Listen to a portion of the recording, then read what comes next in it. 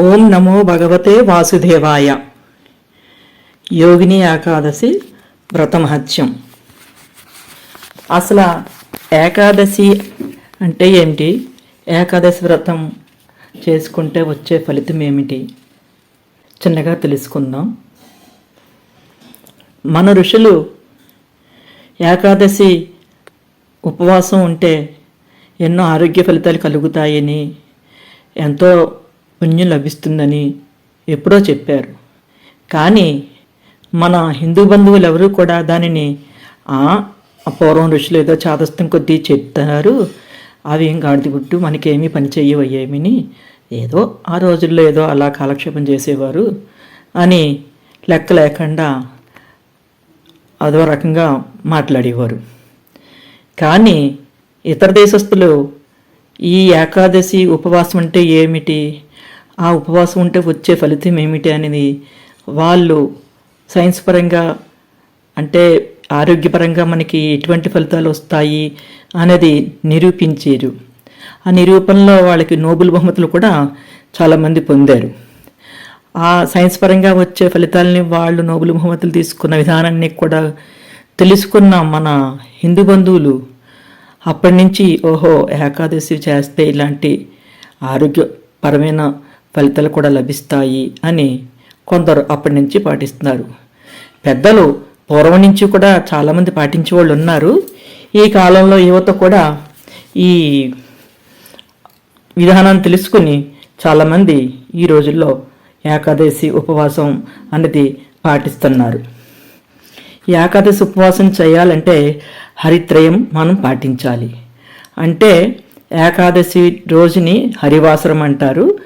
ముందు రోజు వచ్చే రోజుని, దశమి రోజుని, ద్వాదశి రోజుని, ఏకాదశి రోజుని కలిపి హరిత్రయం అంటారనమాట. ఈ 3 రోజులు కూడా మనము చిన్నగా నియమనిష్టలు పాటించాలి. అదేమిటంటే దశమి రోజు రాత్రి అల్పాహారం తీసుకోవాలి, భూసైనం చేయాలి. అలాగే ఏకాదశి రోజు తెల్లవారుజామున లేచి తలస్నానం చేసి, అంటే తలరుద్దుకుంటం లాంటివి కాదు, తలస్నానం చేసి మనఃపూర్వకంగా పరమేశ్వరుని పూజాధికారులు పూజ చేయాలి. అలాగే సాయంత్రం సమయంలో కూడా దీపారాధన చేసుకుని ఆ దేవుణ్ణి మనసావాచ కర్మణ పూజించాలి. అలా చేస్తే మనం చేసిన పాపాలన్నీ తొలగిపోతాయి. ఏకాదశి రోజునే మనం ఎందుకు ఇలా చెయ్యాలి అంటే దానికి సంబంధించి చాలా రుజువులు అవన్నీ కూడా ఉన్నాయి. నాకు తెలిసిన చిన్న కథ ఏమిటంటే, సృష్టికర్త అయినటువంటి బ్రహ్మదేవుడి నుంచి ఒక చెంబడి బిందువు రాలి నేల మీద పడిందంట. దాని నుంచి ఒక దుష్టశక్తి ఉద్భవించింది. దేవా, బ్రహ్మదేవా, నన్ను ఎక్కడ ఉండమంటారు, నన్ను ఎలాగ నివసించమంటారు అని ఆ బ్రహ్మదేవుణ్ణి ప్రార్థించిందంట. అప్పుడు ఆయన ఏం చెప్పారంటే, ఏకాదశి రోజు ఎవరైతే ఆహారం భుజిస్తారో ఆ ఆహారం యందు నువ్వు నివసించు అని ఆ చెమడి బిందు నుంచి వచ్చిన దుష్టశక్తికి బ్రహ్మదేవుడు చెప్పాడంట. అంటే ప్రజలంటే బ్రహ్మదేవుడికి ద్వేషం కాదు. అంటే ఆ రోజుని, ఏకాదశి రోజుని ఉపవాసం ఉంటారు. వాళ్ళకి శారీరకంగా, మానసికంగా, దైవికంగా కూడా మంచి కలుగుతుంది అనే మంచి మనస్తోటి ఆయన ఆ విధంగా వివరించారన్నమాట. ఈ ఏకాదశి రోజుని మనం పూజ చేసేటప్పుడు నక్తాహారం, ఫలాహారం, నిరాహారం అనే 3 రకాలుగా మనము పాటించవచ్చు. నక్తాహారం అంటే ఉదయం నుంచి ఉపవాసం ఉండి రాత్రి అల్పాహారం తీసుకుని జాగారం అది ఉంటారన్నమాట. ఫలాహారం అంటే ఉదయం నుంచి కూడా రాత్రి వరకు పళ్ళు పాలు తీసుకుని నియమాలు పాటించవచ్చు. నిరాహారం అంటే ఆ రోజు అస్తమానం కూడా మంచినీళ్ళు తప్ప ఎటువంటి ఆహారం కూడా స్వీకరించరు. ఏకాదశి రోజు మనం ఉదయం పూజ చేసేటప్పుడు మనం ఫలాహారం చేస్తున్నామో, నిరాహారం చేస్తున్నామో, నక్తాహారం చేస్తున్నామో చెప్పుకొని, స్వామి నేను ఈ విధంగా పూజ చేస్తున్నాను, నాకు మంచి ఫలితాన్ని ప్రసాదించండి అని దేవుడి ముందు ప్రార్థించి అప్పుడు మన పూజాధికారులు చేసుకోవాలి. దానికి మంచి మంచి పెద్ద శ్లోకాలు ఉన్నాయి. మనకేమీ చదవటం రాదు పెద్దగా అందరికీ కూడా. అందుకని సింపుల్గా ఈ విధంగా చెప్తున్నాను అనమాట. ఒక సంవత్సరం పాటు అంటే ఒక 24 సంవత్సరంలో ఒక 24 ఏకాదశులు వస్తాయి. ఈ 24 ఏకాదశులు కూడా జాగ్రత్తగా పాటిస్తే కనుక ఆ లక్ష్మీనారాయణ యొక్క అనుగ్రహం కలుగుతుంది. ఆ లక్ష్మీదేవి అనుగ్రహం కలిగిందంటే మనకి ధనధాన్యాలకి ఏమీ లోటు ఉండదు కదా. అలాగే నారాయణుడు అంటే విష్ణుమూర్తి అనుగ్రహం కలిగితే ఇంకా మనకి జీవితంలో తిరిగే లేదు కదా.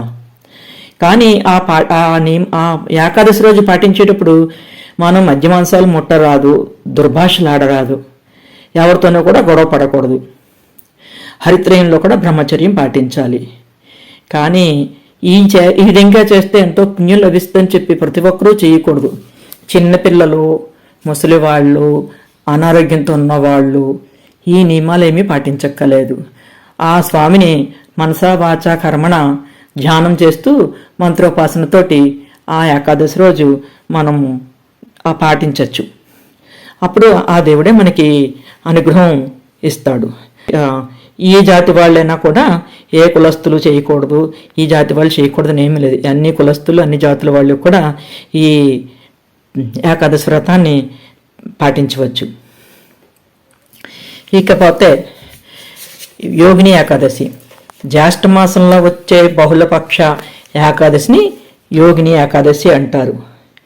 ఈ ఏకాదశి రోజు మనం నియమనిష్టలతో పూజాదికి చేస్తే ఎటువంటి తప్పులు చేసినా కూడా పోతాయి. అంటే తెలిసి చేసిన తప్పులు ఎక్కడికి పోవు, తెలియక ఎటువంటి తప్పులు చేసినా పోతాయి. పరదోషణ, వేదదోషణ, దైవదోషణ అలాంటివి ఏదో పొరపాటున చేసిన ఆ పాపలన్నీ కూడా నశిస్తాయి. కానీ ఈసారి నశించే కదా అని మళ్ళీ తప్పులు చేస్తే ఆ దేవుడు ఎప్పుడు కూడా మనల్ని క్షమించడు. పరస్త్రీ వ్యామోహం అంటే పరస్త్రీ పొందుకోవడం, పరపురుషుని పొందుకోవడం, చివరికి కుష్ఠరోగం అంటే అనారోగ్యాలకు కూడా ఈ యోగిని ఏకాదశి చేయడం వలన ఎటువంటి తప్పు పరిహారాలైనా, ఎటువంటి తప్పులు జరిగినా కూడా అవన్నీ పరిహారం అవుతాయి, సంపూర్ణ ఆరోగ్యం కలుగుతుంది. ఈ యోగిని ఏకాదశి గురించి ధర్మరాజు కృష్ణుని అడుగుతాడంట. యోగిని ఏకాదశి ఫలితాలు ఏమిటి వివరించండి స్వామి అని కృష్ణుడిని ధర్మరాజు అడిగినప్పుడు, ఈ యోగిని ఏకాదశి చేస్తే సుఖ సంతోషాలు, శ్రేయస్సు లభిస్తుంది. దానికి జరిగిన ఒక చిన్న సంఘటన చెప్తాను, ఆలకించని శ్రీకృష్ణుల వారు ధర్మరాజుకి వివరిస్తారు. అలకాపురి అధిపతి అయిన కుబేరుడు పరమ శివభక్తుడు. అతను ప్రతినిత్యం కూడా శివారాధన, అందరి దేవల ఆరాధన కాకుండా శివారాధన అతి శ్రద్ధాభక్తులతోటి నిర్వహించేవాడు. ఆ అలకాపురిలో ఉన్న అంటే కుబేరుని యొక్క తోటమాలి పేరు హేమమాలి.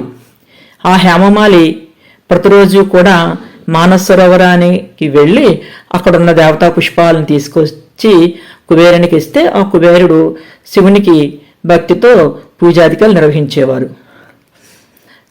ఆ విధంగా జరుగుతున్నప్పుడు హేమమాలికి ఒక అందమైన భార్య ఉండేదన్నమాట. ఒకరోజు ఈ హేమమాలి మానసరోవరానికి వెళ్ళి పుష్పాలు తీసుకుని వచ్చాడు కానీ భార్య అందానికి మోహితుడై ఆమెతోటి సరసల్లాపాలాడుతూ ఈ పువ్వులు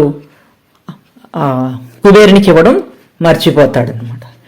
కుబేరుడు చాలాసేపు ఎదురు చూసి ఇంకా హేమమాలు రావడం లేదు, పుష్పాలు లేవు, పూజకి ఎలా చెయ్యాలి, దేవతా పుష్పాలు లభించలేదని చాలాసేపు ఎదురు చూసి ఉన్న పుష్పాలతో పూజాధికాలు పూర్తి చేసుకుని బయటకు వచ్చి ఈ హేమమాలి మీద అతి కోపంతో ఈ భటులందరినీ పిలిచి, భటులారా హేమమాలి ఇంటికి వెళ్ళి జరిగిన విషయం ఏమిటో తెలుసుకోండి, ఎందుకు అతను రాలేకపోయాడు, అతన్ని తక్షణమే నా దగ్గరికి ప్రవేశపెట్టండి అని భటులను పురమాయిస్తాడనమాట.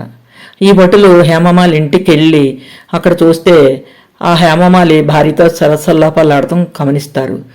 అప్పుడు ఆ రాజుగారు అంటే కుబేరుడు చెప్పినట్టుగా హేమమాలిని తీసుకుని కుబేరుని దగ్గరికి తీసుకుని వస్తారు. ఆ వచ్చినప్పుడు హేమమాలితో చేసిన తప్పు ఏంటో గ్రహిస్తే, స్వామి నన్ను క్షమించండి, పొరపాటు జరిగింది, ఇంకెప్పుడు ఇలా చేయను, నేను చాలా తప్పు చేశాను, నన్ను మన్నించండి అని కుబేరుని ప్రార్థిస్తాడు. కానీ కుబేరుడు చాలా ఆగ్రహం చెంది, నువ్వు నీ భార్య మోజులో పడి పూజ విషయమే మర్చిపోయావు, కాబట్టి నువ్వు నీ భార్యకి శాశ్వతంగా దూరం అయిపోతావు. నువ్వు సంపూర్ణ అనారోగ్యంతో కుష్ఠరోగంతో బాధపడుతూ ఈ అలకాపురిని విడిచి వెళ్ళిపో, ఎక్కడ జీవిస్తావో నీ ఇష్టం వెళ్ళిపోమని చెప్పి కుబేరుడు హేమమాలిని శపిస్తాడు.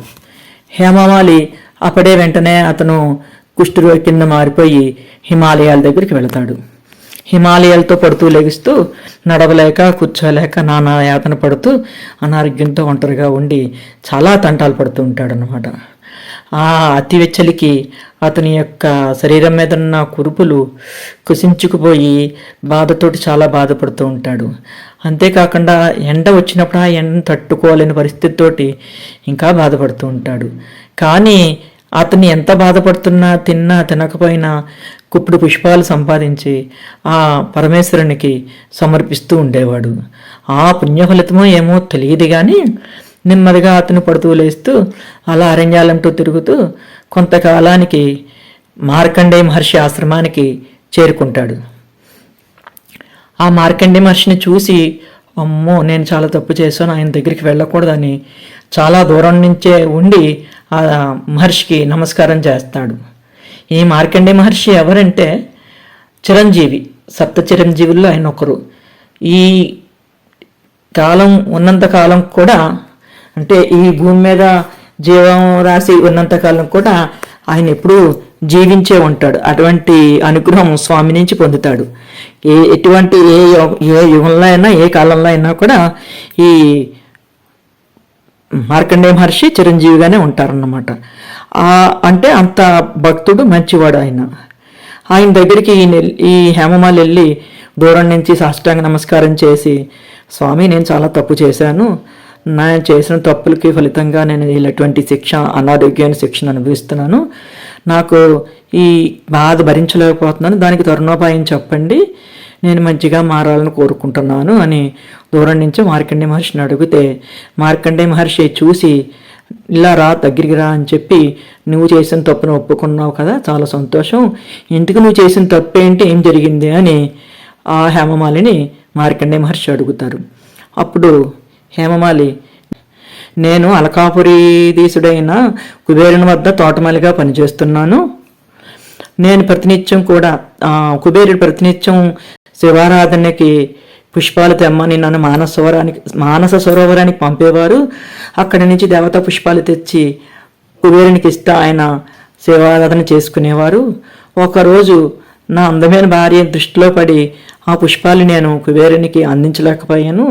ఆ కుబేరుని కోపం వచ్చి నా భార్యకి దూరంగా కుష్ఠరోగంతో బాధపడమని నన్ను శపించారు. ఆ రోజు నుంచి నేను ఇలా బాధపడుతున్నాను. కాబట్టి నా అనారోగ్యం తొలగి ఆరోగ్యంగా తిరగగల శక్తిని నాకు ప్రసాదించండి స్వామి. ఏం చేస్తే నాకు పూర్వ జన్మ లభిస్తుందో కరుణించండి స్వామి అని మార్కండేయ మహర్షిని హేమమాలి అడుగుతాడు. సరే, నేను ఒక వ్రతం చెప్తాను, అది నువ్వు పాటించు. ఇప్పటికి అతి తొందరలో యోగిని ఏకాదశిని వస్తుంది.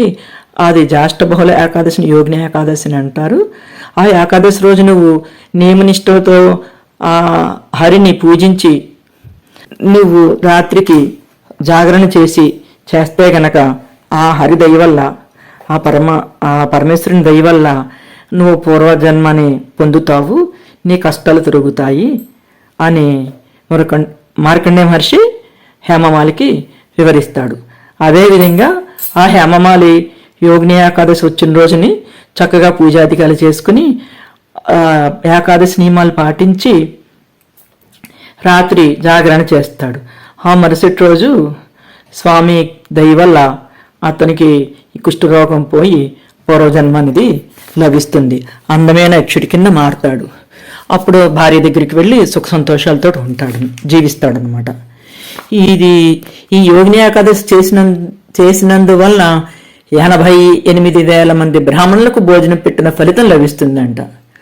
మనం తెలియక చేసిన తప్పులు ఒక మేరు పర్వతం అంత తప్పులు చేసినప్పటికీ కూడా ఆ దోషం పోయి మంచి ఫలితాన్ని పొందుతారు. ఇది సాక్షాత్తు ఆ పరమేశ్వరుడే, ఆ హరే మనకి చెప్పినటువంటి ఫలితం. కాబట్టి ప్రతి ఒక్కళ్ళు కూడా ఈ యోగిని ఏకాదశి వ్రతం చేసుకొని మన తప్పిదాలను పూర్తి చేసుకుని మంచి ఫలితాన్ని పొందుదాము. మనము ఏ వ్రతం చేసుకున్నా తప్పనిసరిగా ఆ వ్రతానికి సంబంధించిన కథ చదువుకుని అక్షింతలు మన శిరస్సును ధరిస్తే పూర్తి పుణ్యఫలం దక్కుతుంది.